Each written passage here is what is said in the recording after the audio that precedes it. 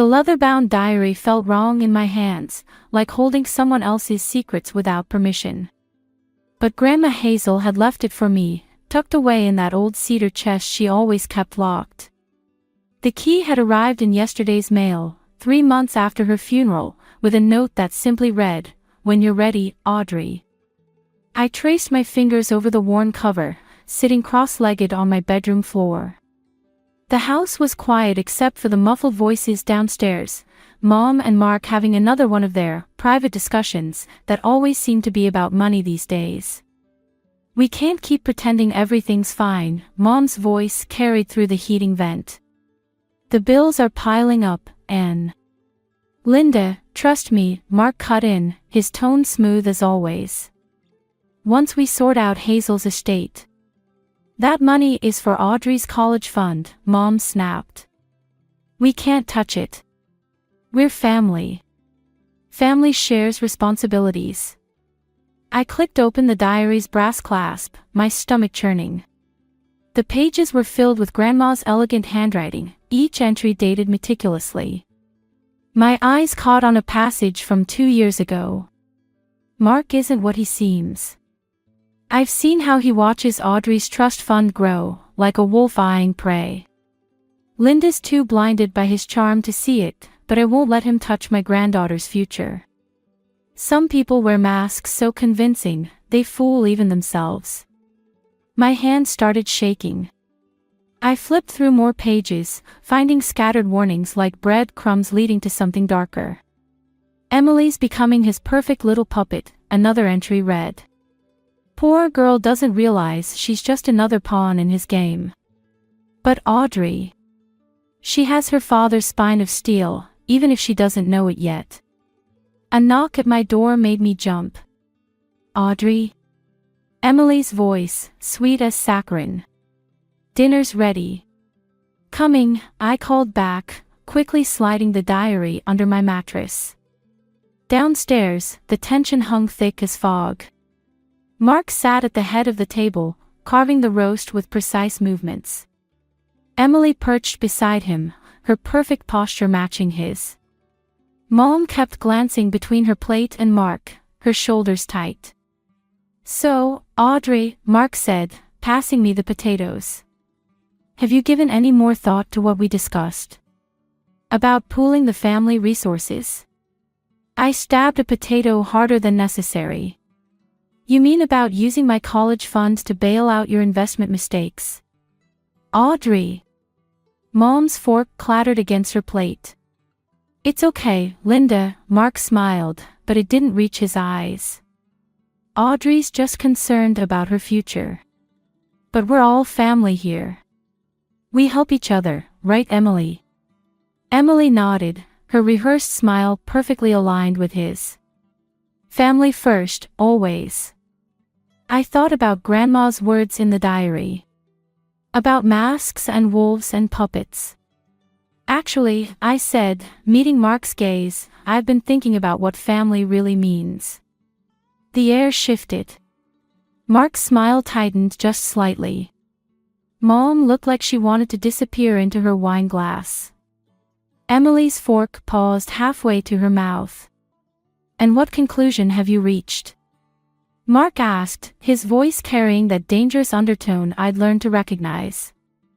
I thought about the diary upstairs, about Grandma's warnings. About all the subtle ways my life had changed since Mark and Emily moved in 3 years ago. About how Mom seemed to shrink a little more each day. "I think," I said carefully, "that sometimes family isn't about sharing everything. Sometimes it's about protecting what matters most." Mark's knife scraped against his plate, a harsh sound in the sudden silence. "Interesting perspective," he said. "We'll have to discuss this further." I nodded, but inside, something had shifted. Grandma's diary wasn't just a collection of memories, it was a warning, a weapon, and a shield. And I would need all 3 to survive what was coming. That night, I pulled out the diary again, turning to the last page. There, in shaky writing dated just before her death, Grandma had left one final message. "Remember, dear heart, the truth is like water. No matter how hard they try to contain it, it always finds a way to break free. Emily's voice carried across the kitchen like honey dripping over broken glass. Mom, you should have seen how proud Mrs. Thompson was of my volunteer work. She said I'm exactly the kind of student colleges look for. I gripped my coffee mug tighter, watching Mom beam at Emily while she packed our lunches. 3 months ago, I'd started that literacy program at the community center.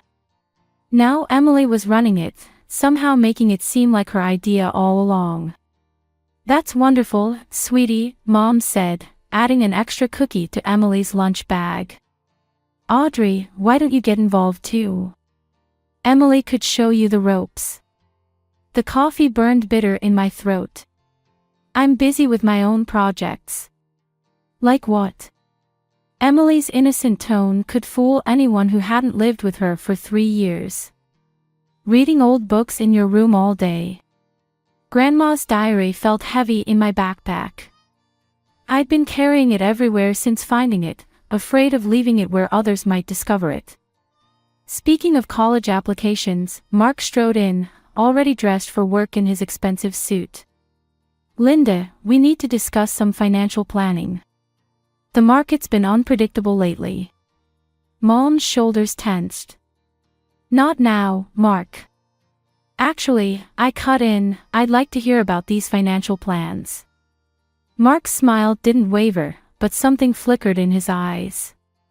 Adult concerns, Audrey. Nothing for you to worry about. Except it's my college fund you keep trying to reorganize. The kitchen went silent. Emily suddenly became very interested in her phone, but I caught her watching from the corner of her eye. Your mother and I are trying to secure everyone's future, Mark said. The family stability affects you too. Funny how family stability always seems to involve my inheritance. Audrey, enough. Mom slammed the lunch bag down. Mark has done nothing but try to help this family. You've been impossible lately. Have I? I stood up, my chair scraping against the floor. Or am I just the only one seeing things clearly? What's that supposed to mean? Emily asked, her voice sharp despite her practiced concerned expression. I thought about Grandma's warnings in the diary. About wolves and masks. About Emily becoming Mark's perfect puppet. It means I'm tired of pretending, I said. Tired of watching everyone act like everything's fine when it's not. When was the last time Mom made any decision without checking with Mark first? When was the last time Emily didn't swoop in and take credit for someone else's work? That's not fair. Emily's mask slipped, showing real anger. Just because you're jealous. Jealous? I laughed, but it came out harsh. Of what? Your desperate need for approval. The way you mirror everything Mark does like some trained. Enough. Mom stepped between us. Audrey, apologize to your sister right now. Stepsister, I corrected, watching Emily's face flush. And I'm done apologizing for telling the truth. I grabbed my backpack and headed for the door. Behind me, I heard Mark's calm voice. Let her go, Linda. She'll come around once she realizes how childish she's being. Outside, my phone buzzed with a text from Chloe, coffee before class. 20 minutes later, I sat across from my best friend at our favorite cafe, spilling everything about the diary and the morning's confrontation.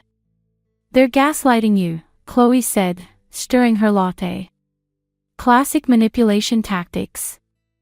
Make you doubt yourself, make you look like the unreasonable one. I know. But Mom can't see it. Or won't see it. What are you going to do? I pulled out Grandma's diary, opening to a page I'd marked. There's something here about Mark's previous business ventures. Grandma was investigating him before she died. I think she left me breadcrumbs to follow. Be careful, Chloe warned. People like Mark don't like their secrets exposed. People like Mark don't expect 17-year-old girls to be threats, I said, remembering another of Grandma's entries. The best revenge is the one they never see coming. My phone lit up with a text from Mom. We need to talk when you get home. Let them think I'm just being difficult, I told Chloe, sliding the diary back into my bag. Let them think I'm the problem child who'll eventually fall in line. They have no idea what's coming. The papers scattered across my bedroom floor told a story Grandma Hazel had pieced together before her death. Bank statements, business records, newspaper clippings, all pointing to a pattern I couldn't ignore. Mark's previous business ventures had all ended the same way: bankruptcy filings, disappeared investments, ruined partners. You won't believe what I found, Chloe's voice crackled through my phone. Mark's old partner in Seattle. He lost everything. House, savings, even his marriage fell apart. I picked up a faded article showing a younger Mark shaking hands with a business partner. Let me guess, right after Mark got access to the company accounts. Exactly. And get this, his partner's daughter had a trust fund. Somehow, that vanished too. My stomach clenched. Through my open window, I heard Emily's laugh floating up from the backyard, where she was helping Mark with his precious rose garden.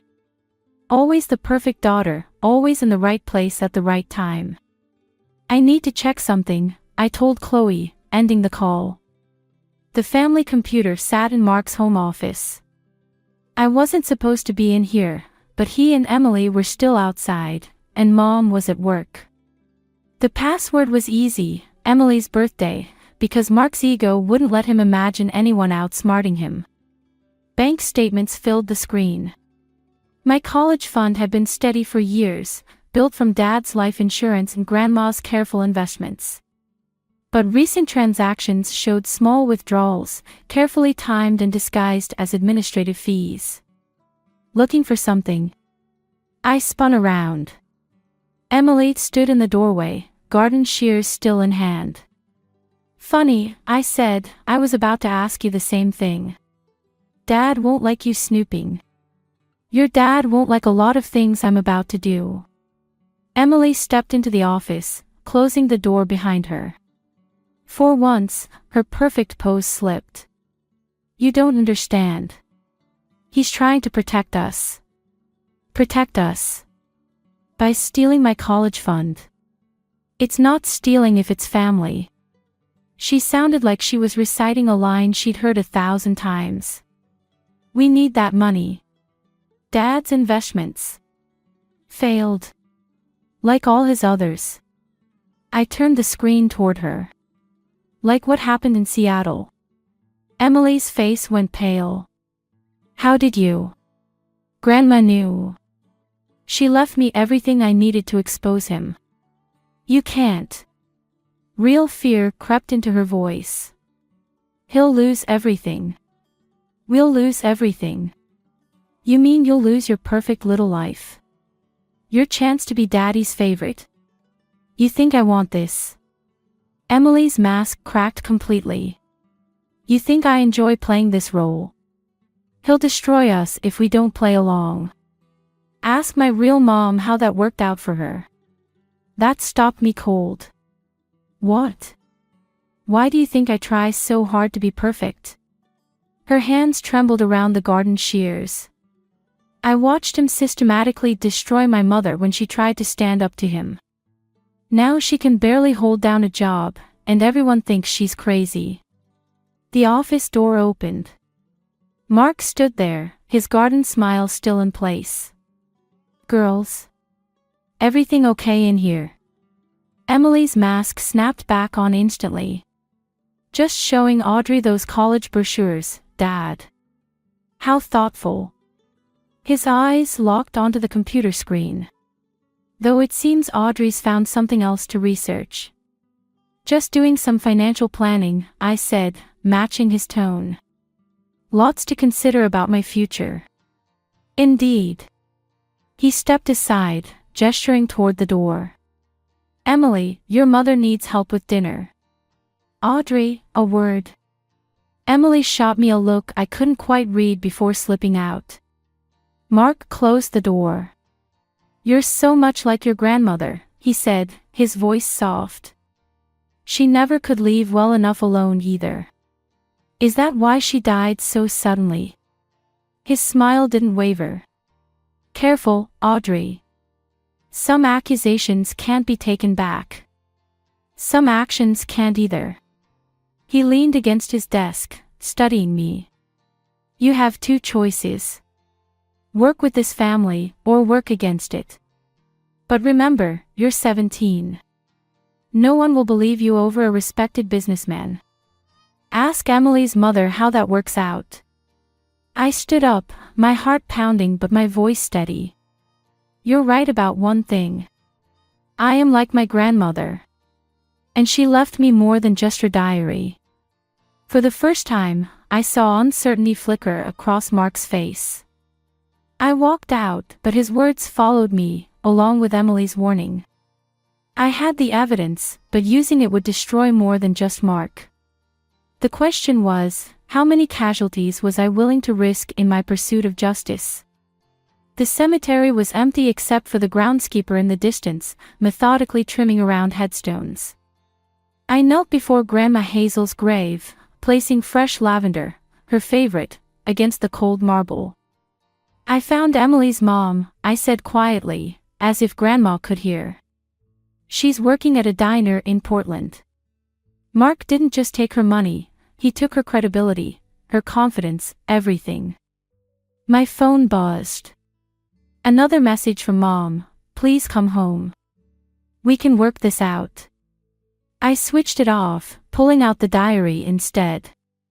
A folded paper slipped from between its pages, a letter I hadn't noticed before, dated just weeks before Grandma's death. "My dearest Audrey.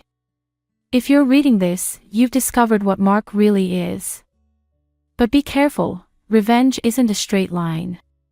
It's a labyrinth, and the monster at its center isn't always who we think it is." The sound of footsteps on grass made me turn.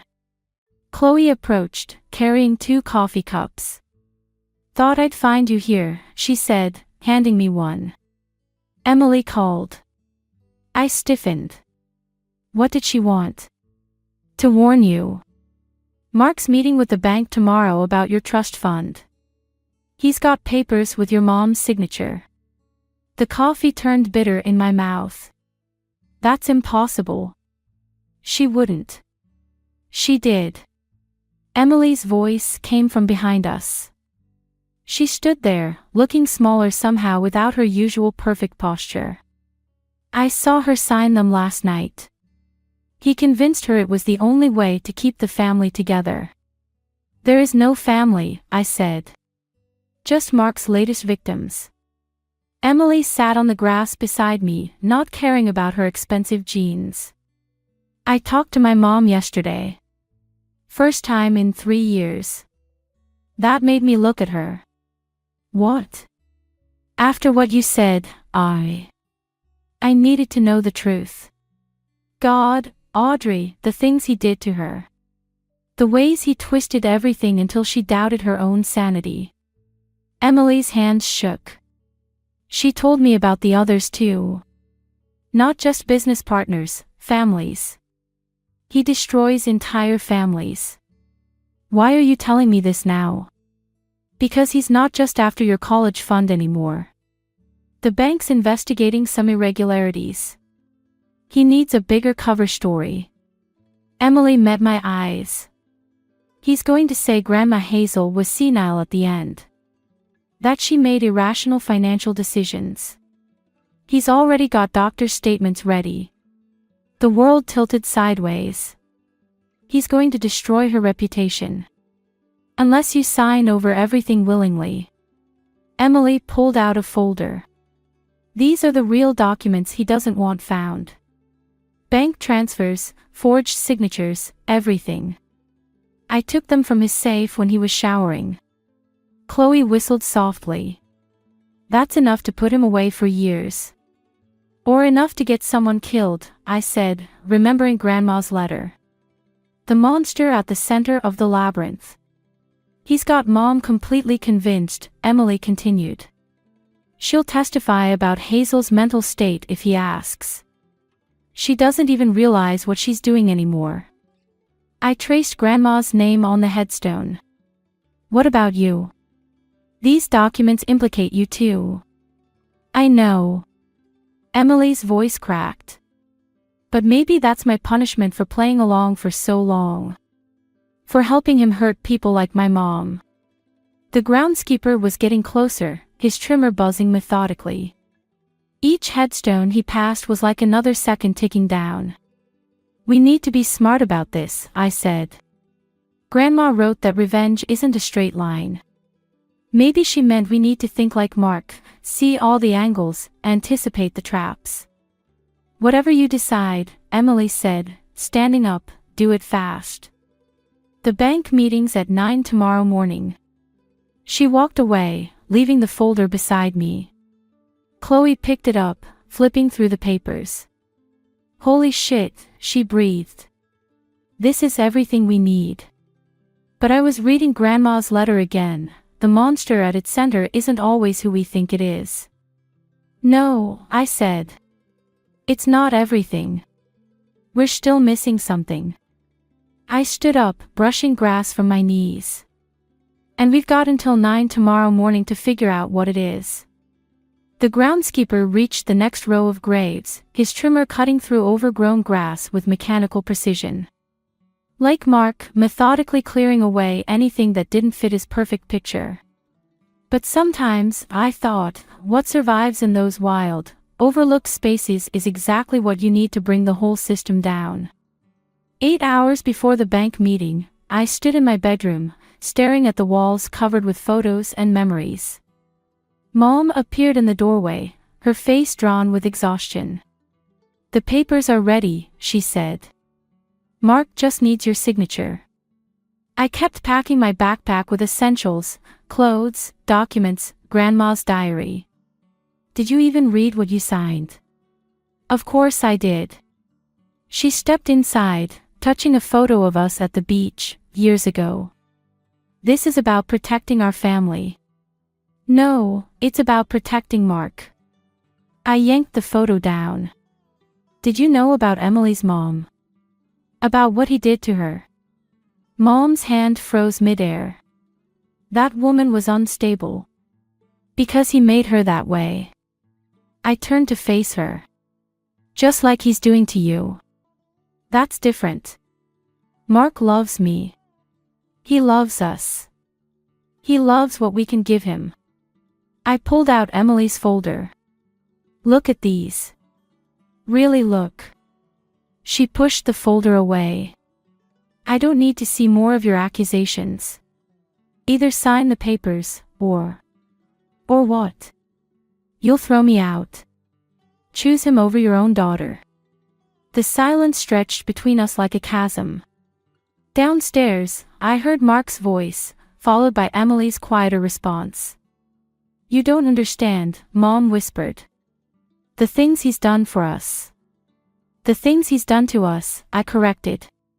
God, Mom, when did you become so afraid of standing alone? Her face hardened. You sound just like your father, always thinking you know better than everyone else. Look where that got him.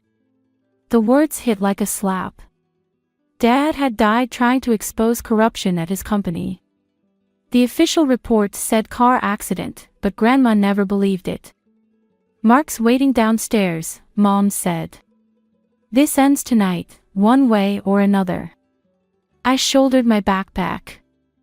You're right about that. The living room felt like a courtroom. Mark sat in his armchair like a judge, papers spread on the coffee table. Emily perched on the couch, not meeting my eyes. Audrey, Mark smiled. Let's put this unpleasantness behind us. I dropped Emily's folder on top of his papers. Like you did with Emily's mom. His smile didn't waver, but something cold flickered in his eyes. Emily, perhaps you should go to your room. She stays, I said. She's part of this too. Part of what? He leaned forward. Your ridiculous conspiracy theories. Your grandmother's paranoid delusions. My grandmother was protecting me from you. I pulled out my phone, showing the screen. Just like Emily's mom tried to protect her. She recorded everything, by the way. Our whole conversation yesterday. Interesting stuff about document forgery and witness manipulation. Mark's facade cracked slightly. Emily made a small sound, somewhere between a gasp and a whimper. Linda, Mark's voice hardened. Control your daughter. Mom stepped forward, but stopped when I held up my hand. Here's what's going to happen, I said, surprised by how steady my voice was. I'm leaving. You can keep your forged papers and your lies. But if anything happens to Grandma's reputation, if you try to touch my inheritance, if you so much as breathe wrong in my direction, everything comes out. The recordings, the documents, all of it. You're 17, Mark sneered. A child throwing a tantrum. A child who learned from the best manipulator she knows. I turned to Mom. I love you, but I won't let you drag me down with you. Audrey, please, she reached for me, but I stepped back. Your choice, Mom. It's always been your choice. I walked to the door, feeling their eyes on my back. Emily stood suddenly. I'm coming with you. Sit down, Mark ordered. No. Emily moved to my side. I'm done being your puppet. Mark stood, mask completely gone now. Linda, are you going to let them destroy everything we've built? Mom looked between us, tears streaming down her face. But she didn't move. I opened the door, the night air hitting my face like freedom. Behind me, Mark's voice carried one last threat, you'll regret this. No, I said, not turning back. You will. Emily and I walked into the darkness, leaving behind the house of cards Mark had built. It wasn't the end, not by far. But it was a beginning. And sometimes, that's all the revenge you need. Chloe's studio apartment felt smaller with 3 people crammed inside. Emily slept on the pull-out couch, while I stared at the ceiling from my air mattress, watching shadows dance across unfamiliar walls. My phone buzzed again, the 20th call from Mom today. I silenced it without looking. Your mom keeps texting me too, Chloe said from her bed. Mark's telling everyone you had some kind of breakdown. That you're unstable, like your dad was before. Before his accident. The words tasted like ash. Funny how history repeats itself. A knock at the door made us all freeze. Emily sat up, clutching her blanket. He found us. But when Chloe opened the door, it was Mom who stood there, mascara streaked down her face. Please, she said. Just listen. I almost said no, but something in her voice stopped me. She stepped inside, looking smaller than I'd ever seen her. Mark's frozen all our accounts, she said. He says he can prove you and Emily stole documents from his office. He's pressing charges. He can't, Emily started. He already has. Mom's hands shook as she pulled out her phone, showing us the email from Mark's lawyer. The police will be here by morning. He's reporting the theft of confidential business documents, plus harassment and extortion attempts. My stomach dropped. The documents. The recording. Everything we thought would protect us was being turned against us. That's not all, Mom continued. He's filing to have Hazel's will contested. Says he has proof she wasn't mentally competent when she changed it. Changed it? The room tilted sideways. What do you mean, changed it? 3 days before she died, Hazel modified her will. Mark found out yesterday, she left everything to you through a separate trust. One he can't touch. Mom looked at me with something like fear. He's furious, Audrey. I've never seen him like this. Emily made a small sound. He'll destroy us all. No, I said, but my voice lacked conviction. We have evidence. Evidence that's now stolen property, Chloe pointed out. He's framing you for corporate espionage. That's federal charges. My phone buzzed again. Unknown number this time. The text made my blood freeze, like father, like daughter. Some accidents are inevitable. I showed it to Mom. All the color drained from her face. Oh God, she whispered. Your father. I always wondered, but I never wanted to believe. We need to leave, Emily said suddenly. All of us. Right now. And go where? I asked. We're 17. We have no money, no. Another knock at the door. Harder this time. Police.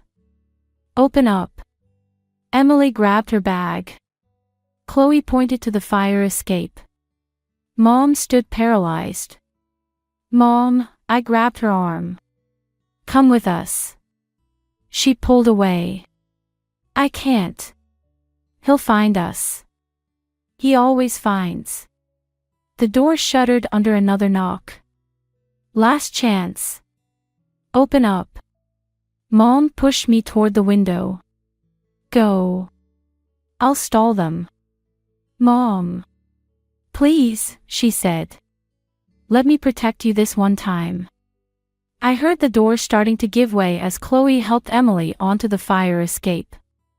The metal creaked under our feet as we climbed down, Mom's voice drifting from above, officers, thank goodness you're here. We ran through back alleys, the sound of sirens growing distant. My phone buzzed one last time, another unknown number, running only makes you look guilty.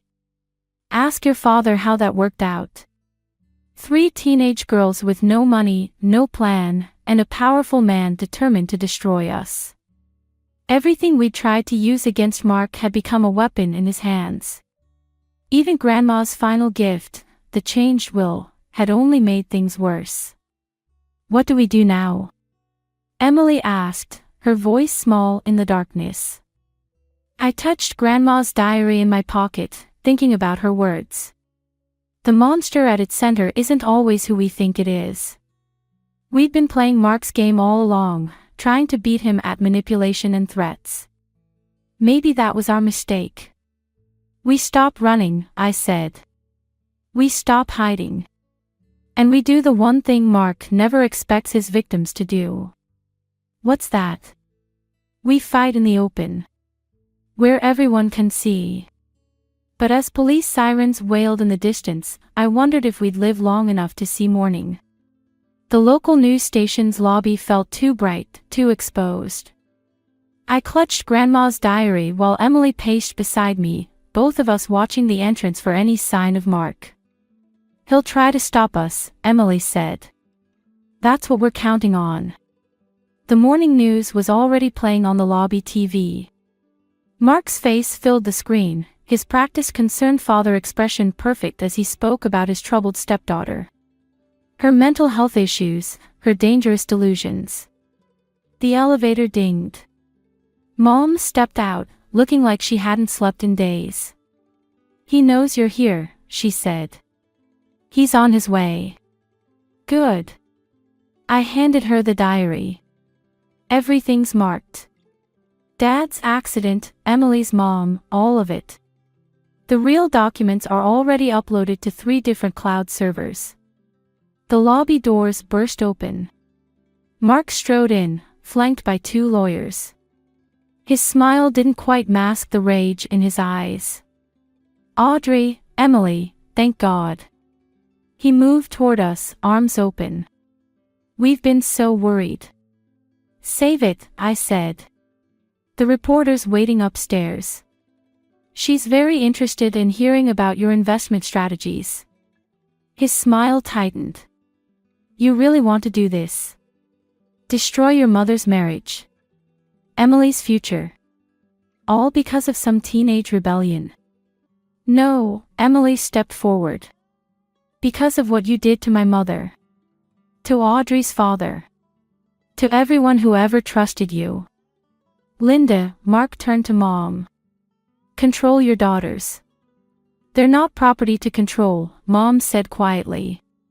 I see that now. The elevator dinged again. A woman with a press badge stepped out, followed by a camera crew. And behind them, my heart stopped, Emily's mother, Catherine. Mark's facade cracked.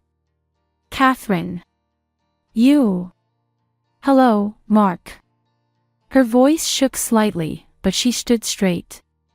The reporter wants to hear about our marriage. About how you convinced everyone I was crazy when I discovered your embezzlement schemes. You were unstable. The only unstable thing, I cut in, was your house of cards. And now everyone gets to watch it fall. Mark moved faster than I expected, grabbing for the diary in Mom's hands. But Emily was faster, stepping between them. Touch her, Emily said, and I'll add a salt to the story. The camera was rolling now. Mark's perfect mask slipped completely, showing the desperation beneath. You ungrateful little, he reached for Emily. Mark Davidson. A new voice. 2 FBI agents emerged from the stairwell. We'd like to discuss some irregularities in your investment records. Everything happened at once. Mark lunged for the exit. The agents moved to intercept.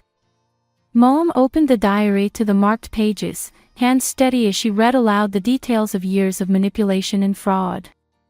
Wait, I called as the agents cuffed Mark. There's one more thing. I approached him, keeping just out of reach. Grandma knew what you were planning. She knew you'd try to destroy her reputation to get control of the trust fund. That's why she left a video testimony with her lawyer, detailing everything she discovered about you.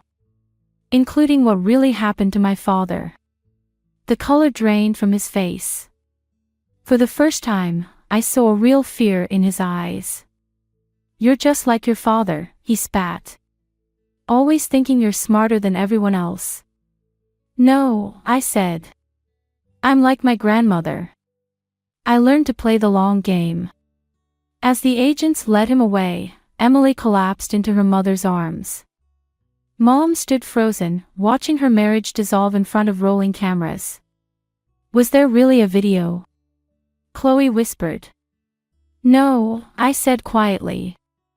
But he'll confess everything trying to prove there isn't one. That's what Grandma meant about the monster in the labyrinth. Sometimes the best trap is the one they build themselves. The reporter approached, microphone ready. Audrey, would you like to tell your side of the story? I looked at Mom, who nodded slightly, then at Emily and Catherine, holding each other like they'd never let go again. Yes, I said, thinking of Grandma's words about truth being like water. I think it's time everyone heard the whole story. Behind me, the lobby TV still played Mark's earlier interview, his lies about my instability now a testament to his own downfall. Sometimes, I realized, the best revenge isn't about destroying someone, it's about letting them destroy themselves while the whole world watches. The autumn wind scattered leaves across Grandma Hazel's headstone as I placed fresh lavender against the marble. Behind me, Emily and Catherine waited quietly, giving me space. The trust fund paperwork came through, I said to the stone. Everything exactly as you planned it. Though I think you knew all along I wouldn't need it. My acceptance letter to Dad's alma mater had arrived yesterday. Full scholarship. No trust fund required. Ready? Emily asked as I stood. Almost. I pulled out Grandma's diary, now worn and familiar. I want to leave this here. Where it belongs. You sure? After everything. It served its purpose. I traced the leather cover one last time. Some weapons aren't meant to be kept. Catherine touched my shoulder. Your mother's waiting at the cafe. The small coffee shop felt different from the last time I'd met Mom here, months ago. She sat at a corner table, looking smaller without Mark's shadow looming over her. "The house sold," she said as we sat down. "Above asking price." "That's good. I found an apartment near the college." She twisted her empty ring finger. "In case you ever want to visit."